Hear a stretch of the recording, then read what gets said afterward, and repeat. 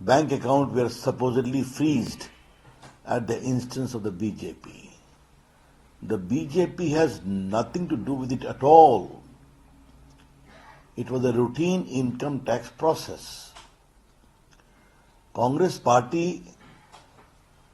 अपने लिए पैसों की व्यवस्था अच्छी करती है, भ्रष्टाचार भी करती है, हिसाब किताब ठीक से नहीं रखती है। आप सभी जानते हैं, क्या नेशनल रन हो या बाकी हो, कई केसेस चलते हैं।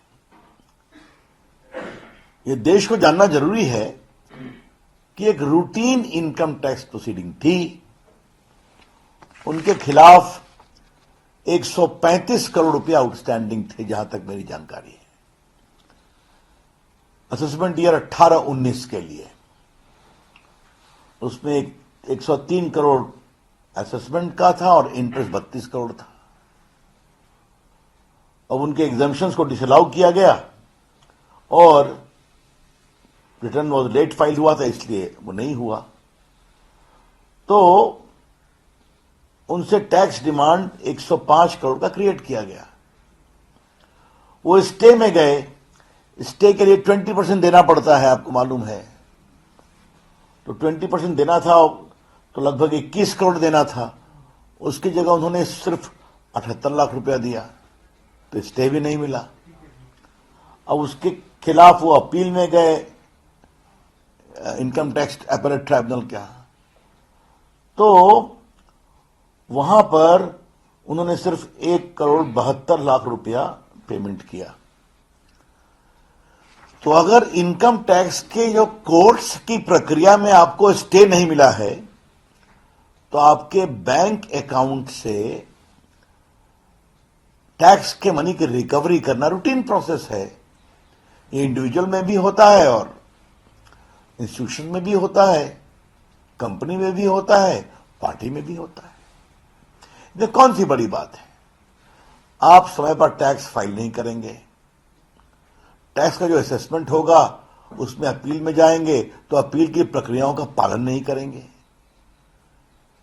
और फिर जब कार्रवाई होती है तो आप बीजेपी पर हमला करते हैं। इसका क्या जवाब है? Congress party has been most remiss in pursuing its income tax proceedings. A particular tax is levied along with interest. You don't pay. You go for a stay. The procedure of stay is not followed.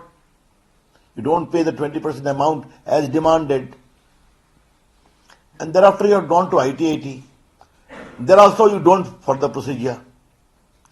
If you don't follow the procedure of the income tax laws, the consequence will follow, namely, your account will be in cash to ensure payment of the tax amount.